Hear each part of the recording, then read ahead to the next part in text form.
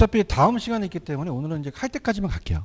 그래서 이제 아까도 얘기했지만은 그러니까 찍어드린 데 있잖아요. 별표 3개짜리. 거기 위주로 가세요. 솔직히 말해서 원가 방식이 어렵거든요. 그다음 좀 전에 지금 복지 원가나 대치 원가는 요즘 끊겼어요. 잘 안 나옵니다. 안 나오기 때문에 이게 이제 깊게 들어가게 되면 엄청나게 깊게 들어가거든요. 그래서 이제 끊겼는데 일단 이게 계산 문제는 하나 나오긴 했는데 그게 이제 그 문제인데 넘겨보세요. 그 계산 문제가 하나가 있어요. 근데 이제 이게 저자가 쓰신 계산 문제거든요. 넘겨보세요. 하나 풀어봤는데 어디 있냐? 오늘 이제 제가 그 나간 데까지만 나갈게요. 아까 9번까지 풀었죠.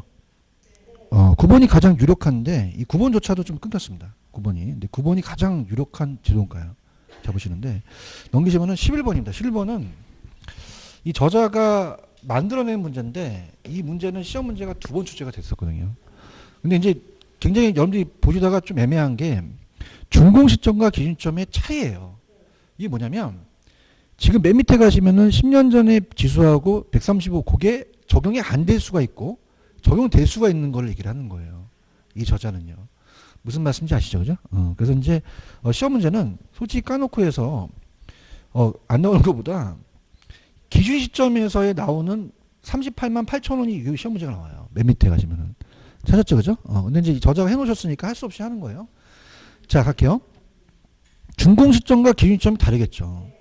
준공 시점은 시점 수정을 할 필요가 없어요. 10년 전에 그냥 100으로 가는 거죠. 근데 기준점은 그걸 나누셔야 돼요. 맞나요? 그러면 제가 항상 연면적으로 나누라고 그랬죠. 그 다음 중요한 건 이 개발사업자의 이윤이 포함이 됩니다. 그러면 3억 6천으로 가야 된다는 거죠. 그런가요? 그러면 우리가 자 준공 시점은 제도원가가 얼마라고요? 3억 6천이에요. 그런가요? 여기다가 연면적으로 나누라는 거죠. 그 연면적이 1250이죠. 1250을 나누게 되면은 얘가 28만 8천 원이 나오는 거예요. 그런가요? 그런데 자 그냥입니까? 기준 시점으로 왔습니까? 그러면 3억 6천을 지금 시점으로 고치자는 거죠. 자 그럼 어떻습니까? 우리가 풀어오셨으니까 10년 전의 지수가 100이었죠. 100에다가 기준점이 135죠. 그러면 1.35배 떴다는 거죠. 그런가요? 그러면 제도원가가 4억 8,600이 나오는 거죠. 그런가요? 4억 8,600. 얼마 나온다고요?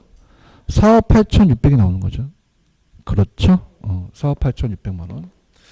그럼 요거를 또 연면적으로 나눠버리죠. 그럼 1250이 되니까 얘가 38만 8천 원이 되겠죠. 이게 기출이거든요. 이게 기출. 그죠? 근데 아까 요 차이가 있을 거 아니에요. 그럼 얼마다? 10만 원이 되겠죠. 이해하셨죠? 그죠? 그래서 굉장히 저는 그 칭찬을 합니다. 그죠? 근데 이 문제가 적중되면은 난리 나요. 왜? 유출됐다고. 그죠? 그래서 저자의 개인적인 생각이지 똑같이 나오기는 좀 어렵습니다. 그죠? 그냥 이렇게 해서 그냥 문제를 풀어서 이 저자분이 해놓으신 그 노력에 의해서 이렇게도 나올 수 있겠구나라는 가정을 가는 거지 이렇게 똑같이 나오다 보면은 제가 말이 틀린가요? 맞아요? 지금 이건 시험 문제에 안 나왔거든요. 그러니까 무슨 말이냐? 지금 조용해서 일단은 223페이지로 한번 가볼게요.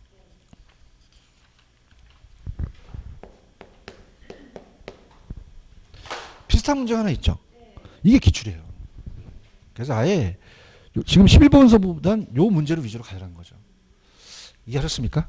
그래서 이 저자는 참 제가 노력하신 거 보고 칭찬합니다. 이렇게까지 문제를 만드는 거는 노력하신 거거든요.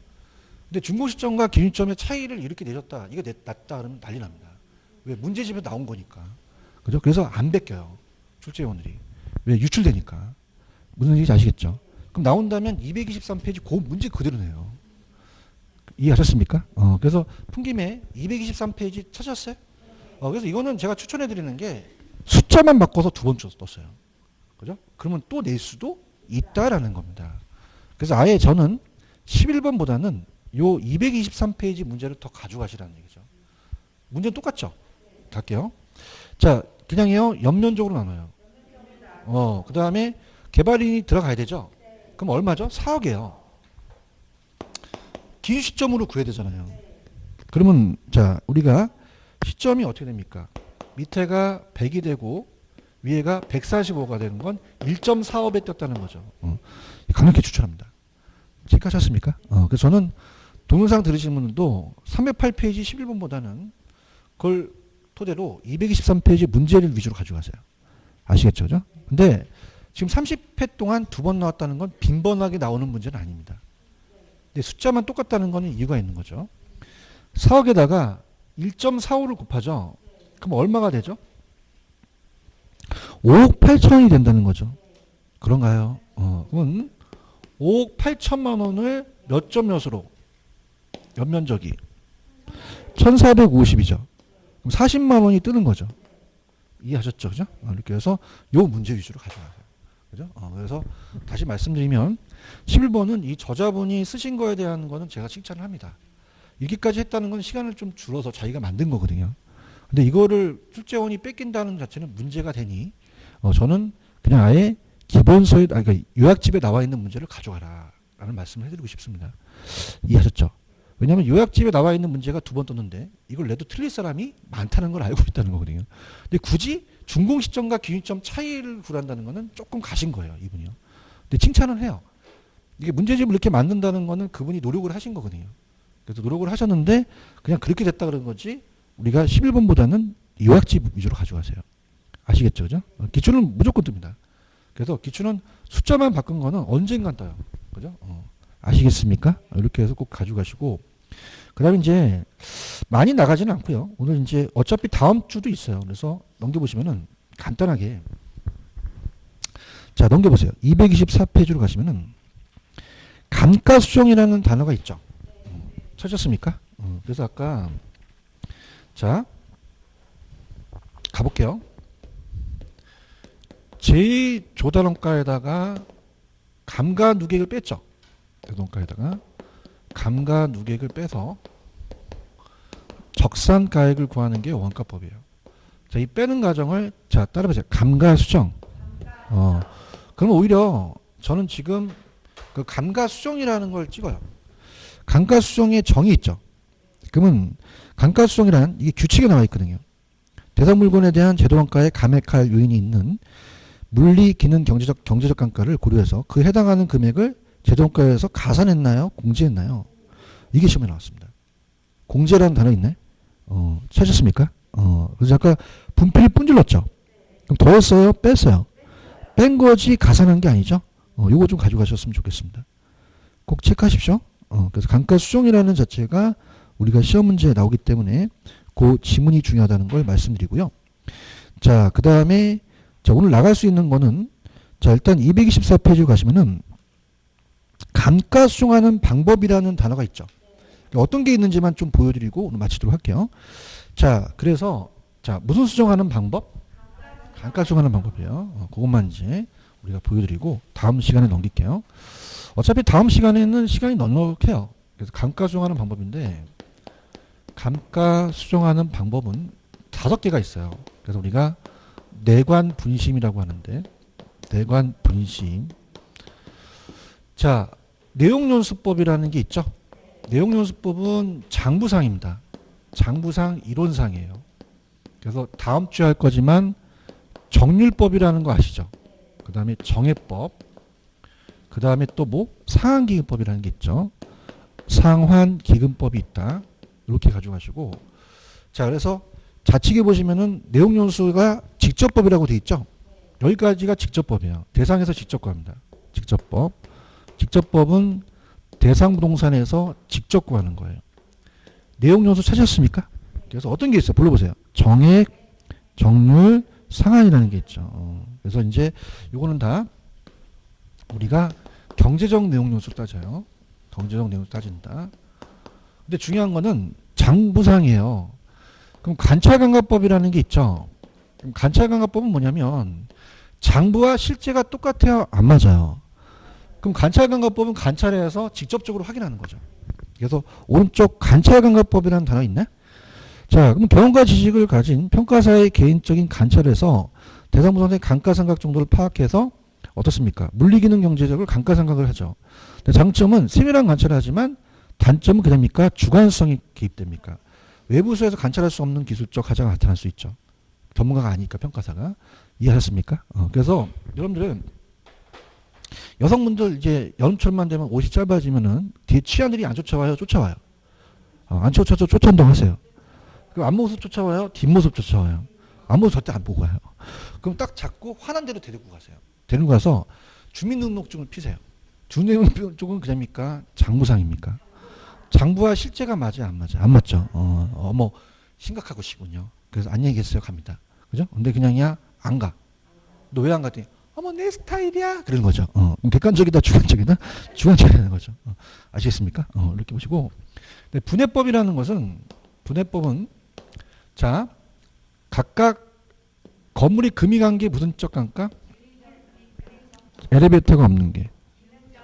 그다음에 자 탄광촌이 폐광된 건 경제적 감가죠. 얘는 치유 가능과 불가능이 다 있죠. 이걸 세분화해서 다 구하는 거예요. 그래서 분해법은 물리기능 경제를 세분화죠. 그래서 다 합산합니다. 그 시험 문제가 관찰감각법과 분해법이 바꿔 나왔어요. 그럼 되게 쉬운 게 관찰해서 간다는 건 관찰감각, 분해해서 간다는 거는 분해법이에요. 그죠? 근데 세분한다는 게 나오거든요. 아시겠죠? 그죠? 이게 두 가지가 나오고, 그 다음에 넘겨보세요. 넘기시면 간접법이라는 단어가 있나요? 간접법은 대상에서 구해요? 사례에서 가지고 와요? 사례에서 가져와서 비교할 수 있다는 얘기죠. 그럼 시장에서 추출할 수 있죠.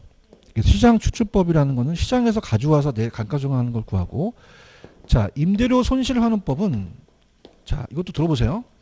자 사례부동산은 엘리베이터가 있는데 난 엘리베이터가 없어요. 그럼 그냥입니까? 기능적 감가입니까? 임대료가 손실되겠죠. 그럼 간접법과 시장 임대료 손실환원법은 내가 구합니까? 사례에서 가져옵니까? 사례에서 가져올 수 있다는 거죠.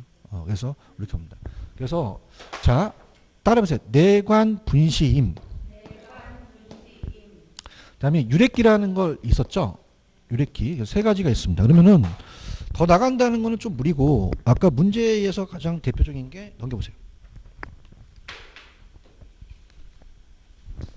넘기시면은 자 309페이지로 가시면은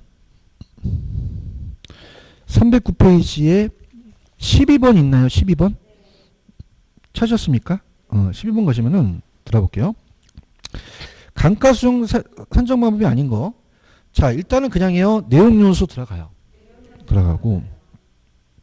그 다음에 아까 어떻게 됩니까? 여기 그 분해법이라는 게 있었죠. 분해법. 뭐 2번은 분해법이야. 2번에다 분해법이라고 적으세요. 자, 물리 기능적 외부적 감가를 그냥 했어요. 합산했어요. 그래서 합산해서 다 구하는 게 요게 분해법이에요. 적어놓으셨나요? 적어놓으셨고, 그 다음에 유사 경관요소에 가진 부동산의 거래사를 이용하는 게 시장추출법입니다. 그런가요? 정액과 정률이 이게 내용요소죠. 그죠? 근데 건물잔여법이라는 건 여기 들어갑니까? 안 들어갑니까? 안 들어갑니다. 건물잔여법은 다음 주에 수익환원법에서 복합부동산의 총수익에서 순수익을 산정하는 거거든요. 그런가요? 그래서 어떻습니까? 이 건물잔여법은 들어간다 안 들어간다? 안 들어가요. 아시겠죠? 그죠? 근데 시험 문제는 이렇게 나오진 않습니다. 이 저자에 대한 또 생각이 있어요. 그냥 선명하게 자 따보세요. 내용연수법, 정해법, 정리법, 상하기금법, 관찰감각법, 분해법 이렇게 나와요. 또 시장추출법이라고 나오거든요. 그러니까 여기 염두에 그냥 가져가세요. 제가 그냥 좀 전에 내용연수 있었죠. 2번이 무슨 법이라고요? 분해법. 3번이 시장추출법. 그 다음에 4번이 내용연수. 그러면 5번만 아니라는 얘기죠. 이해하셨죠? 그죠? 이렇게 잡아주셨으면 해요. 어렵죠? 그죠? 근데 문제집은 이렇게 나오진 않습니다. 그냥 우리가 천명하게 그냥 관찰감각법 이렇게 나오기 때문에 여러분 이제 이렇게 해놓으셨으니까 제가 이렇게 하는 거지 이렇게 막 풀어서 이렇게 나오진 않아요. 아시겠습니까? 왜 그러냐면은 이렇게 주어져도 못 풀 사람이 나온다니까요. 그죠? 굳이 이렇게 그걸 풀어가지고 할 필요는 없다니까요. 아시겠죠? 그죠? 이해하셨습니까? 그래서 오늘 여기까지만 할게요. 왜냐하면 13번은 굉장히 어렵거든요. 13번은. 그래서 13번은 다음 시간에 합니다. 13번부터 하고 그 다음에 이제 제가 늦게 오신 분을 위해서 별표 3개 침대를 한번 다시 가볼게요. 자, 다음 주에 중요한 게 문제집으로 가시면은 다음 주에 하이라이트가 자, 페이지 가시면은 332페이지를 가져서 다음 주 하이라이트 47번 있어요? 찾았습니까? 자, 여기서부터 쭉 넘겨보세요.